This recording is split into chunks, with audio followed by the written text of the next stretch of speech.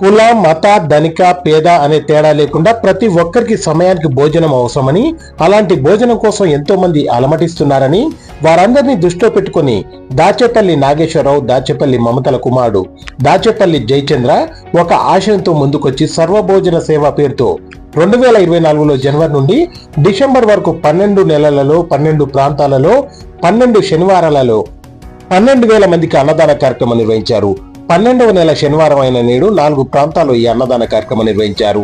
ఈ కార్యక్రమానికి ముఖ్య అతిథులుగా తెలంగాణ ఆర్యవైశ్య సంఘం కార్పొరేషన్ చైర్పర్సన్ పాల్వ సుజాత మరియు TPCC secretary protocol committee Suraj Tiwari, Fatehnagar division corporator Pandala Satish Goud, student tribe founder Charan Lakkaraju, future profile managing director Naga Sujith, Sat Gyan group of institution chairman CH Mallesham మరియు వికాస్ కాట్రగడ్డలు హాజరై అన్నదాన కార్యక్రమాన్ని ప్రారంభించారు.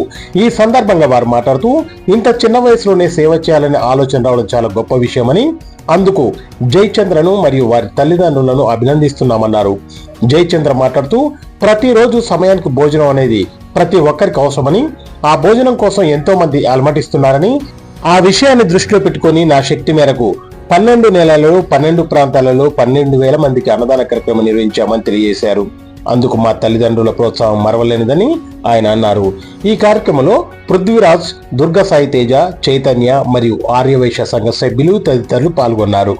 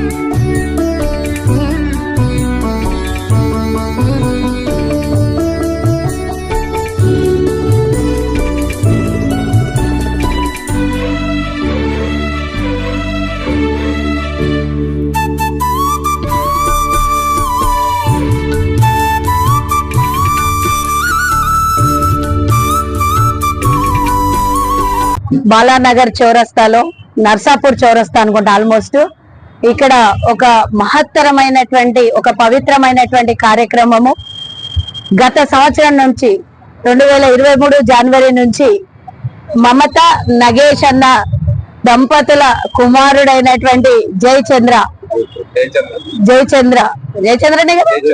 జయచందర్ జై అంటేనే విజయం అని చూపించినటువంటి ఆ అబ్బాయి ఒక చిన్న వయసులో తన తల్లిదండ్రి అంటే ఎలా పెంచితే పిల్లలు అదే విధంగా పెరుగుతారు అనడానికి నిదర్శనం ఇది.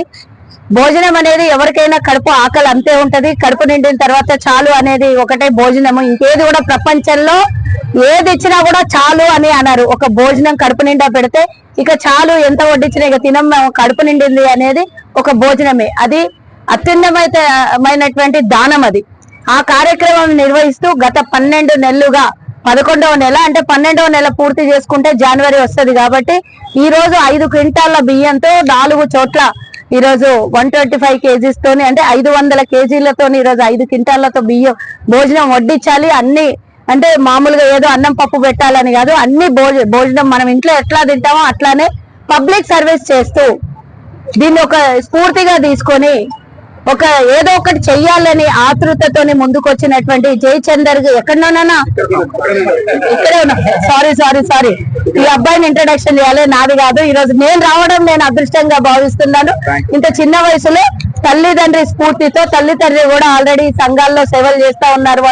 వాళ్ళ స్ఫూర్తితో పిల్లల పెంపకం అదే విధంగా ఉంటదని చూపించినటువంటి ఈ బాబుకు కన్న తల్లిదండ్రి అదృష్టవంతులని నేను అనుకుంటున్నా. అంత మంచి కొడుకుని కన్నందుకు తన వంతు భాగస్వామ్యం సమాజంకి ఏదో కొంత చెయ్యాలి, ఏదో ఒక మార్పు రావాలి, నా వంతు నేను సేవ చేయాలి అనుకుని ముందుకొచ్చినటువంటి తన సొంత ఖర్చుతో ఈ ప్రతి నెల భోజనం పెడుతున్నటువంటి ఆయనకి, ఆయన కుటుంబానికి కూడా అన్నదాత సుఖీ భవ అంటాం మనము. ఎవరమన్నా భోజనం చేయగానే ఈ రోజు భోజనం చేస్తున్నటువంటి ప్రతి ఒక్కళ్ళ తరపు నుంచి అన్నదాత సుఖీ భవ అని నేను కూడా తెలియజేస్తున్నాను. ఇంత మంచి అవకాశాన్ని తీసుకొని మాకెవరికి దక్కనటువంటి పని మీరు చేస్తున్నారు. ఆ పుణ్య కార్యక్రమంలో మా వంతు భాగస్వామ్యం ఈరోజు ఒక నలుగురికి మీరు సొంత ఖర్చులతో చేసుకునే కార్యక్రమంలో మా వంతు మా చేతులతో వడ్డించే అవకాశం దొరికినందుకు కూడా మేము సంతోషిస్తున్నాము. ఈ రోజు మా సోదరులందరూ కూడా ఇక్కడికి రావడం మాకు ఆనందంగా ఉంది. అందరూ కూడా ఈ కార్యక్రమంలో పాల్పంచుకున్నందుకు మీడియా సోదరులు ఇలాంటి సేవా కార్యక్రమాన్ని చూపించాలి తప్పకుండా అని ప్రతి ఒక్కరు ఇక్కడ ముందు ఉన్నటువంటి మైకులు ప్రతి ఒక్కరికి కూడా విన్నవించుకుంటున్నా. ఇలాంటి సమాజ సేవలో ముందుకొచ్చే వాళ్ళు చాలా మంది ఉన్నారు. కొంతమంది ఏమో వెనకాల నుంచి సహాయం చేసేవారు మా ఆరవేశంలో, కొంతమంది ముందుకొస్తారు. ముందుకొచ్చిన వాళ్ళకు వెనకాల నుండి సాయం చేసే వాళ్ళు కూడా చాలా మంది ఉన్నారు.